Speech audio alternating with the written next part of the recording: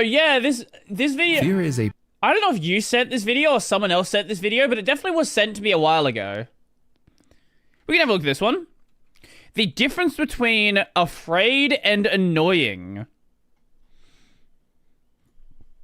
Sure, let's check this out. pretty universal experience. So fear is a pretty universal experience. So it's no shock that writers use it constantly to explore characters. And while some of the most iconic characters in media are cowards, it's not always easy to do it well. Welcome to a running series called Exploring Frieren. My name is Pei, and today we're exploring the archetype of a coward. Character arcs are a fundamental part of storytelling, and fear has been used across all forms of media. Look at horror as a genre, or how often villains are terrifying. Generally, heroes... For anyone who hasn't actually watched... what a great pause. For anyone who hasn't watched Frieren, like, genuinely just stop whatever you're doing and just go watch it. Like, it's... I was kind of iffy on... I don't know. I know a lot of people were very much like, I love Frieren from the very start. I was actually kind of iffy on it for the first maybe, I would say 2 or so episodes. I don't know. I didn't really know what I was getting into. I didn't really understand what to expect from it and wasn't really in the right sort of mindset to really enjoy Frieren. Once I realized what the series was and put myself in the perspective of, like, this is what I'm trying to get from it, yeah, it's incredible. Face things without hesitation. But what happens so that when you narrative place scene's great a as well. coward among these heroes as a supporting character? It can contextualize Zenitsu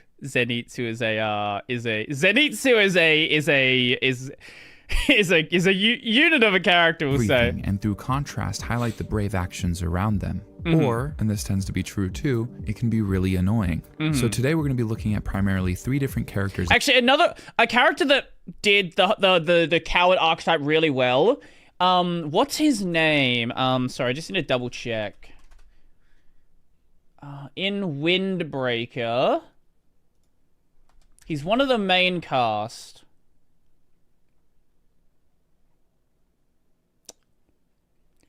Nide. Yeah, Nide. Does he have the same... Wait, hold on. I need to double check this. It'll be... No, okay, it doesn't. That would be... Oh, wait, no, hold up. Okay, no, it doesn't. Okay. I thought he actually had the same voice actor for a second. No, this character is very much like... He's like... He's a character that knows he's weak, he knows he's afraid, but he's like trying to overcome the fact that he is. Zenitsu is very much like Bullhead from My Hero, where yes, he has some like minor development, but for the most part, he's literally just the same character throughout. It's like it's just the same joke over and over again. I'm afraid, I'm afraid, I'm afraid. And it's fun for a bit, but eventually it does become draining.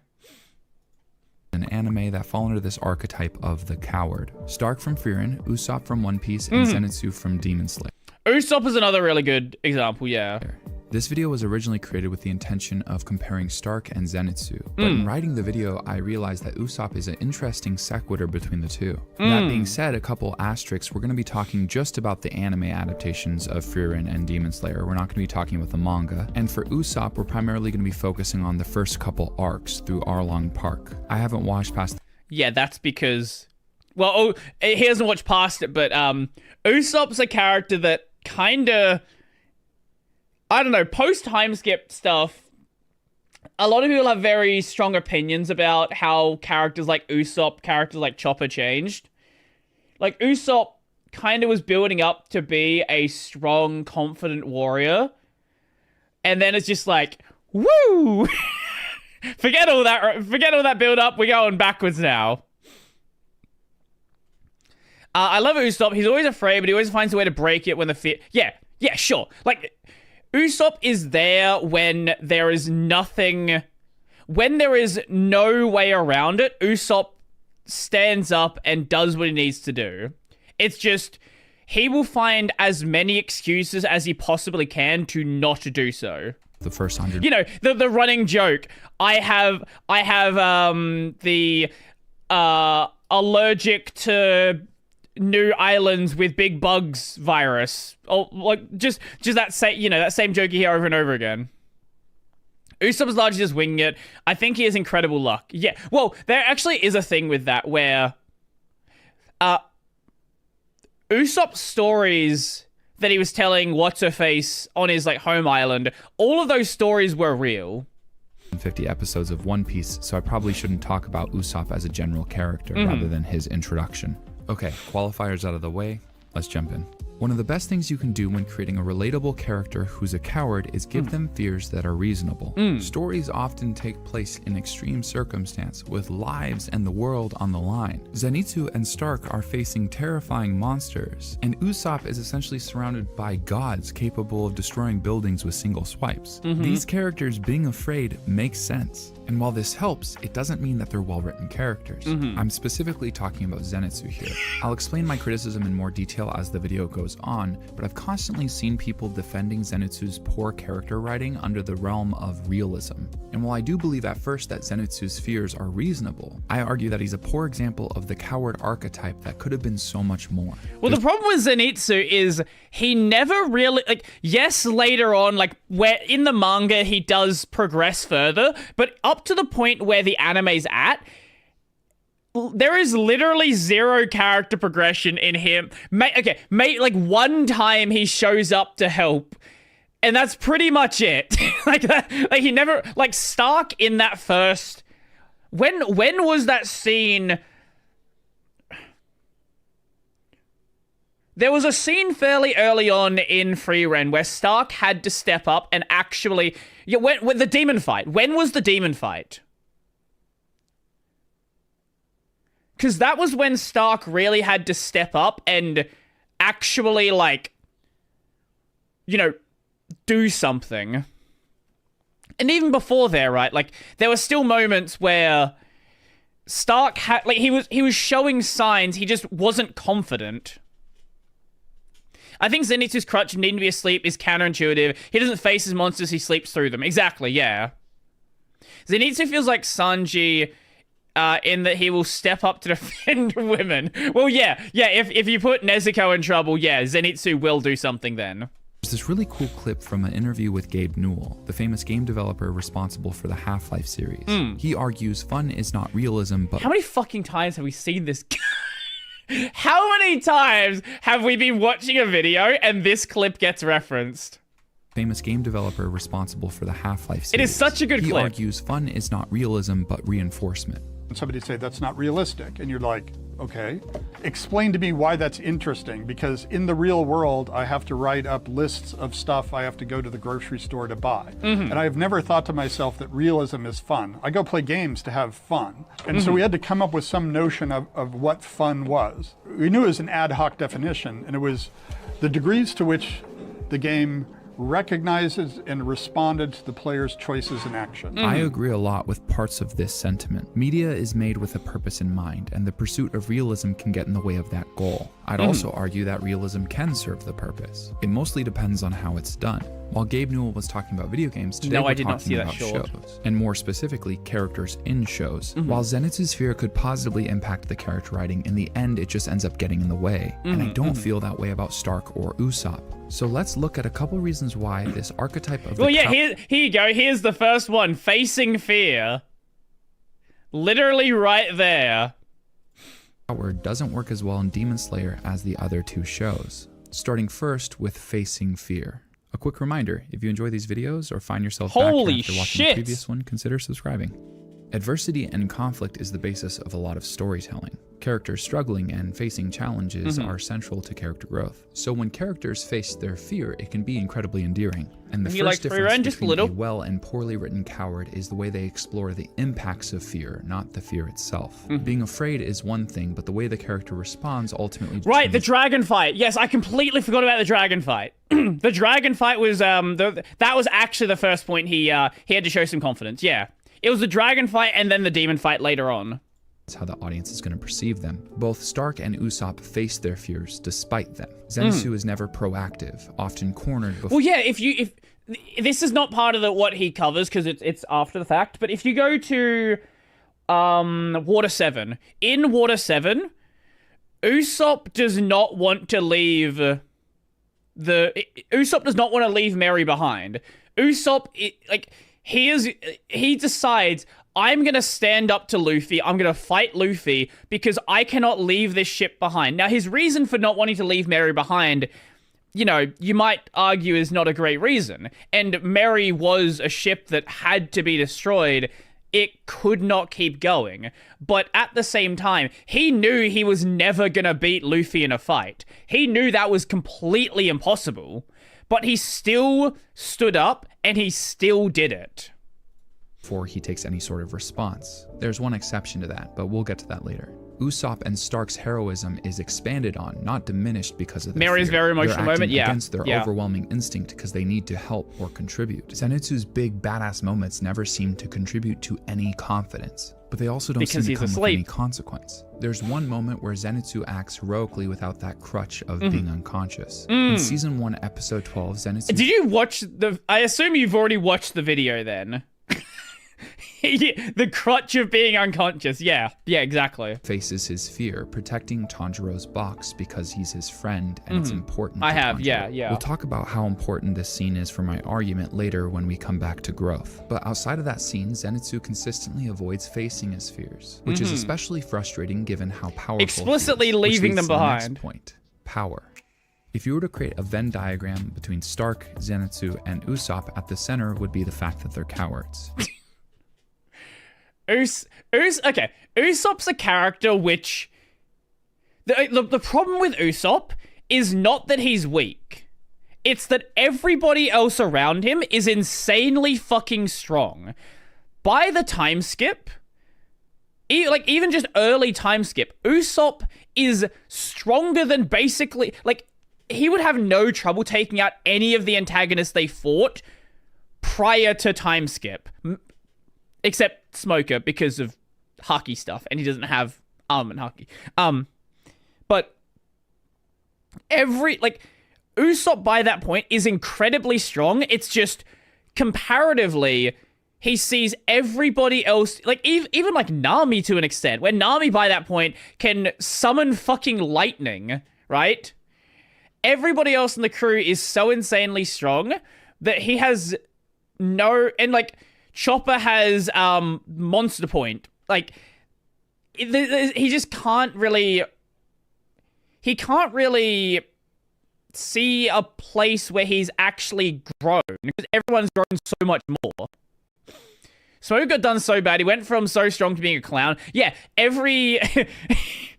once people have Haki, Smoke is literally a joke. There are characters that are still really strong post-Haki, but we're talking why am I blanking on name? In the Navy, the light fruit. Blanking on his name. Yeah, Kizaru. Even post-Haki, he's insanely strong because he can move at the speed of light. Right?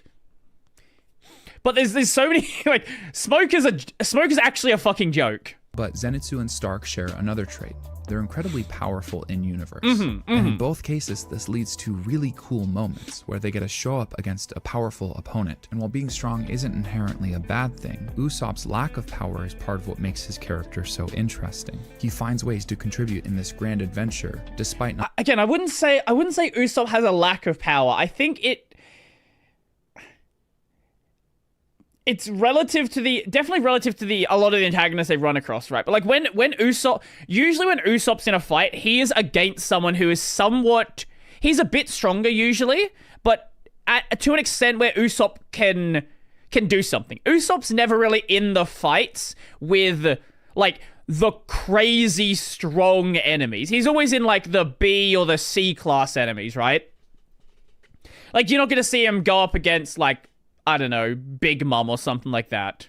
Not having as powerful of a skill set as his surrounding allies. So while Usopp gets his... The one exception is when the entire crew fought the Luffy zombie. That is an exception, but everybody was fighting in that one.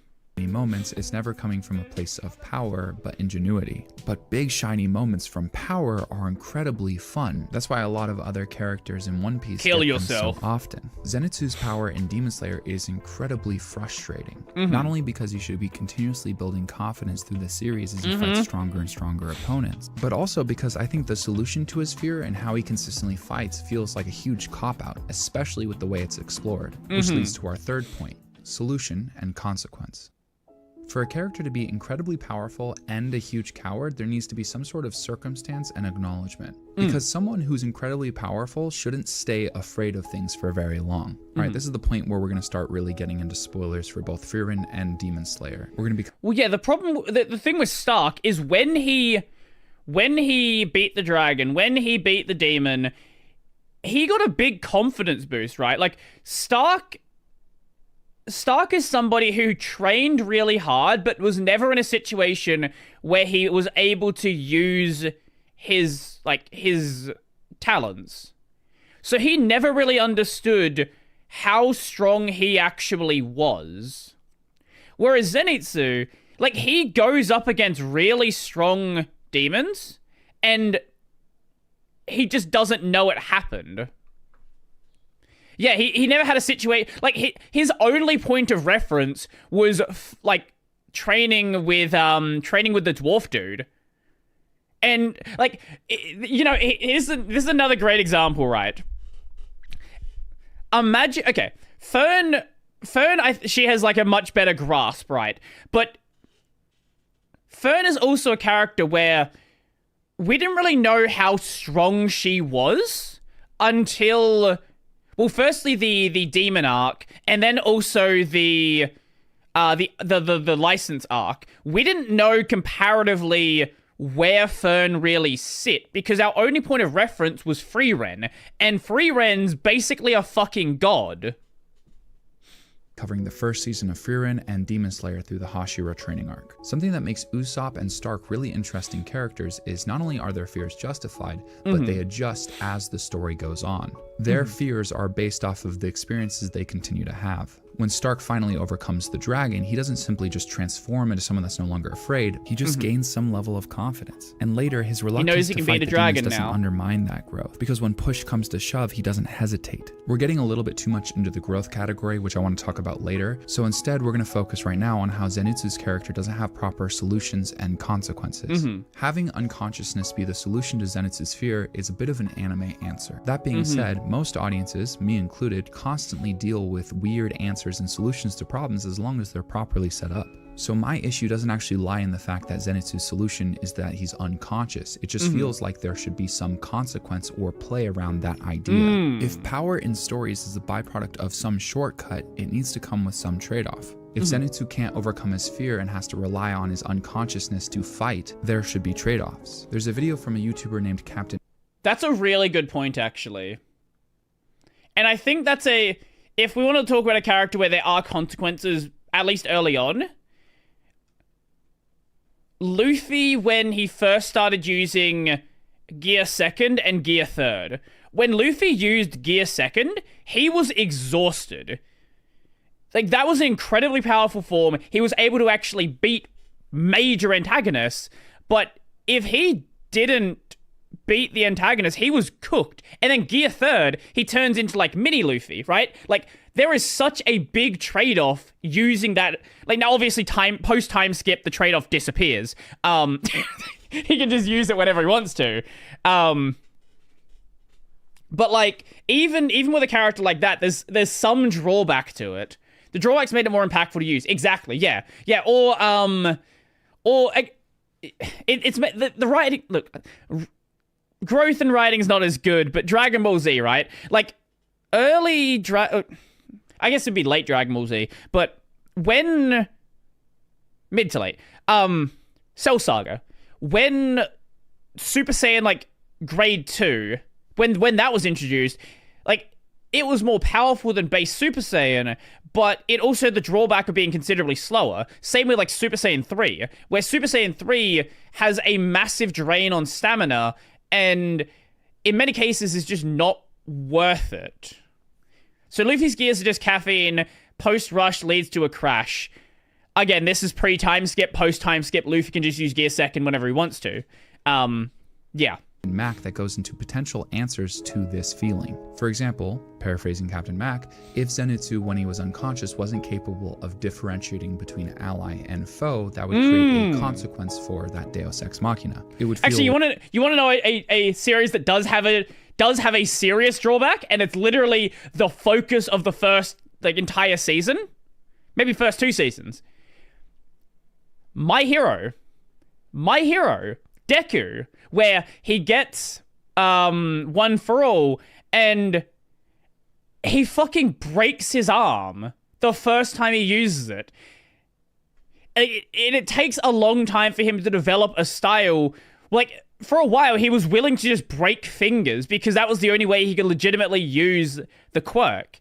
And then as it goes on, then, he works out a style that makes it work. And even, the other characters, right? Like Todoroki, a big part of his character was he didn't want to use the fire side, and that greatly limited what he could do with his ice abilities, because eventually he would give himself hypothermia and, he has hypothermia now. Or Ochako, where she would have nausea when she used her gravity abilities.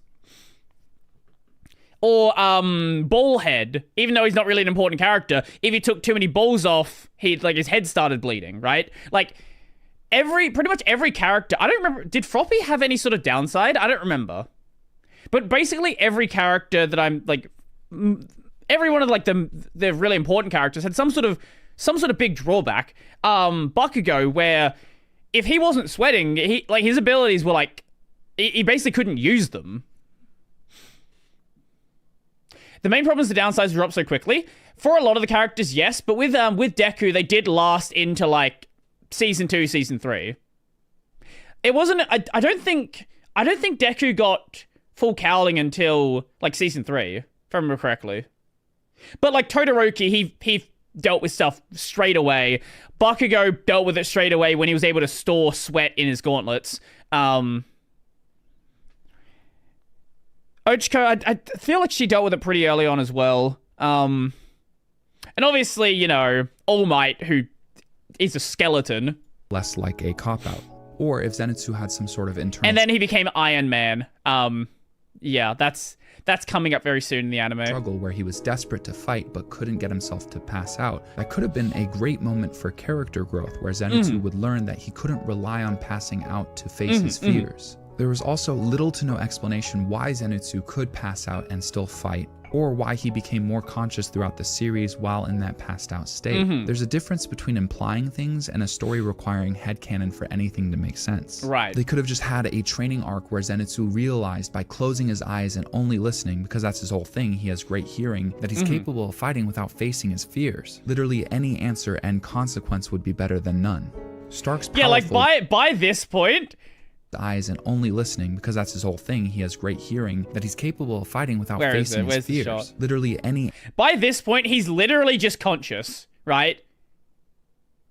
He's just talking, he's conscious, but he's not conscious, right? It's such a stupid cop-out. Answer and consequence would be better than none. Stark's powerful but lacks self-confidence. As he takes on more enemies, kind of like the author forgot he was supposed to be unconscious. And starts to lose that fear. In one season, we see more character growth from Stark than I feel like... I can't wait for season 2, because I can't wait for the absolute insufferable dialogue about how demons are actually the good guys, and demon and how it's actually a metaphor for real life. I can't wait for it. It's going to be so much fun. People do realize that MHA is supposed to be a parody of Marvel and DC. I feel like it's pretty obvious. Zenitsu has gone through in the entire series so far. But even if we did see sudden Demon Lives changes Matter, in Zenitsu, exactly, I think it would be incredibly undeserved, because they'd have to explain There's literally the an arc entirety about of why he changed suddenly demons are evil in the new season. No matter how justified the answer is, they're going to be introducing these ideas after he's already made some sort of change. Maybe it'll be done really well and they'll explore Zenitsu in a satisfying way by the end of the story. But more... There's 3 movies until the series ends, so no. No. More than likely, I won't be satisfied with any change that didn't feel set up over a long period of time, because while human growth comes in tipping points, that requires lots of buildup. Which leads to the 5th point: just walk away. I don't understand why Zenitsu is still a demon slayer if he's so afraid and not growing at all. Usopp is desperate to become a hero who goes on adventures and wants to overcome his fear. Stark keeps finding himself in situations where he can't leave people behind and needs to protect them. But why is Zenitsu still a demon slayer? If he's that afraid, just step away. Nezuko. That's honestly, like, that's the plot. That's the reason. Why is he a demon slayer? Nezuko.